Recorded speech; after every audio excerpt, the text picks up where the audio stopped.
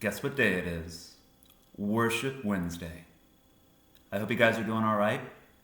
I know I say this every time I share a video with you, but that's because it's true. I miss you guys. I can't wait to have you back in the classroom.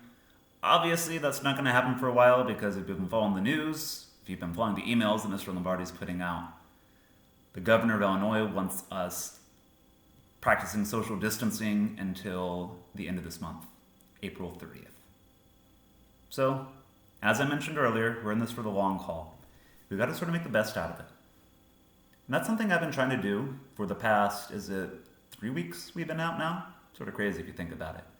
There's been one topic that's been on my mind almost this entire time.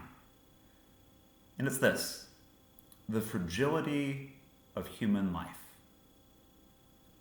The fact that what we have here below does not last. That's a very Lenten observation. I'll explain why in just a little bit. But first I want to share a story with you, something that happened to me last Friday. So I was going on my run. I was about halfway through, at about a mile and a quarter mark, whenever I heard some blood-curdling screams about a block away. And I did the one thing that you're not supposed to do in like a horror movie or something, and I ran right towards the blood-curdling screams. And the situation I saw was a pretty dreadful one. One of my neighbors had been working on his car. He had it jacked up, and he was changing a tire, I believe is what he was doing. But at some point, I don't know if there was a malfunction or what, the car fell. It collapsed on him. And that was the reason why my neighbor was screaming. So after sort of coming to terms with what was going on in front of my eyes, I discerned that they hadn't called 911. So I called 911, I got the first responders on the line, handed my phone to the woman who'd I heard as I was going on my run. And then I tried to help them get this car off this poor man. Luckily, a lot of other neighbors were in the area, and they brought jacks of their own. So eventually, I think it was probably about 10 minutes, we got the car jacked up, and it was off the man. Whenever I first got there, he was breathing. It was shallow breathing. But by the time we got the car off of him, he wasn't breathing. It was utterly terrifying. I can't even really explain fully what was going on in my brain. We dragged him out from under the car. I was about to start CPR, just like the thing you're supposed to do whenever something like this happens, when the first responders arrived on the scene. They got a respirator, and they took care of him. And towards the end of this awful situation, he was breathing again. He still wasn't responsive, but they had to airlift him to a St. Louis area hospital. To this day, I don't know if he survived. I hope he does. I pray. But he might not. Because human life is fragile. We don't last forever here below. And that's something we're called to reflect on during this Lenten season. Of course, you know that the start of the Lenten season is Ash Wednesday. And the thing that we always remember about Ash Wednesday is the imposition of the ashes and the prayer that the person who put the ashes on your forehead says to you. Typically, it's repent and believe in the gospel. But my favorite, if you can have a favorite, you know I'm a little morbid sometimes, is this one. And it's a paraphrase from Genesis. Remember, you are dust, and to dust you will return. It's powerful stuff. The intent is not to distress us or depress us or to make us anxious. It's to get us reflecting. Here below, because of sin entering the world, death has entered the world. We're not here to last forever. And that could be all doom and gloom and bad news for everyone involved. Or we could take a Christian way of approaching it. And the Christian way is the way of resurrection.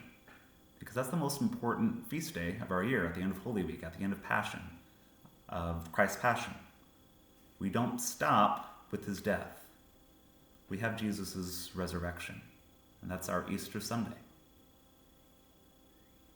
So in scary times like this, whenever people are getting sick, whenever people, are dying around us in the communities around us,